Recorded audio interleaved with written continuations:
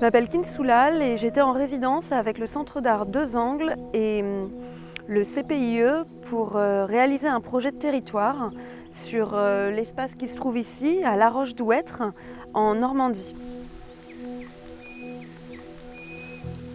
Donc ce projet, Nature sous un autre angle, était pour moi une manière d'aborder le territoire via ses habitants, mais aussi son patrimoine. Ici, on est dans un ENS, un espace naturel sensible qui regroupe à la fois des habitants, des touristes qui viennent le traverser, des professionnels qui s'occupent de ce territoire. Et donc pour moi, c'était important de faire une sorte de tissage d'un ensemble de récits, tantôt personnels, tantôt historiques, tantôt patrimoniaux ou tantôt simplement sensibles, pour m'inspirer de tous ces éléments pour ensuite réaliser une sculpture. Donc c'est en m'appuyant sur un ensemble de récits qui relatent ce qu'était La Roche-Douêtre il y a 50 ou 60 ans que je me suis inspirée des différents éléments qui auraient pu simplement changer, avoir disparu et de nouveaux qui ont été transformés, réhabilités ou parfois simplement supprimés. Pendant très longtemps, il y avait une table d'orientation et un habitant m'a tout de suite en fait un peu convaincue que ça allait m'intéresser, cette ancienne table d'orientation. Aujourd'hui, on trouve une nouvelle table d'orientation qui est implantée en haut, mais qui est totalement revisitée et différente. Pour moi, ça a été une sorte de point déclencheur de me dire tiens, moi ça m'intéresse parce que la table d'orientation, c'est quelque chose qui pour moi fait le lien entre un passé disparu et aujourd'hui la fonction plus touristique de cet espace naturel.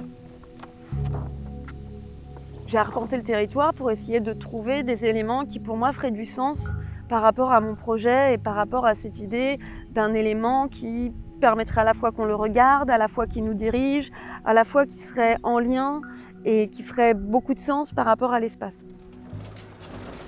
C'est comme ça qu'à force de chercher, j'ai trouvé un ensemble de souches que j'ai pu faire déplacer, sur lesquelles j'ai pu ensuite monter des plateaux qui rappellent la table d'orientation. L'ensemble de ces souches ont été prélevées directement sur le territoire, c'était pour moi comme des reliques. C'était important pour moi de pouvoir leur donner une nouvelle fonction, leur redonner un peu une forme de vie, à la fois pour qu'on puisse mieux les regarder et mieux les voir.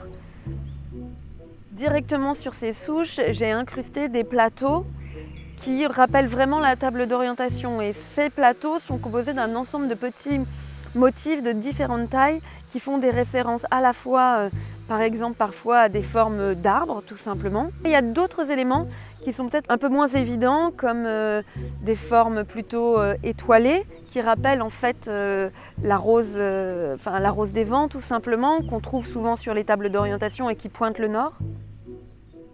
Pour moi, c'était important de reprendre la légende ou la dialectique en fait, d'une table d'orientation.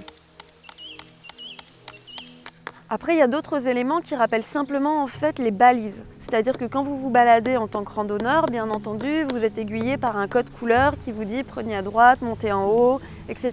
Donc au fur et à mesure des balades que j'ai pu faire entre les gorges de la Rouve, le sentier de granit et ici du coup jusqu'à la Roche-Douêtre, j'ai pu relever un ensemble de balises de couleurs, donc des oranges, des bleus qui justement sont les lettrages qui permettent de nous diriger. Donc j'avais vraiment envie aussi de réinvestir le code couleur et le code de forme qu'on trouve sur les sentiers et en tant que balise de randonneur.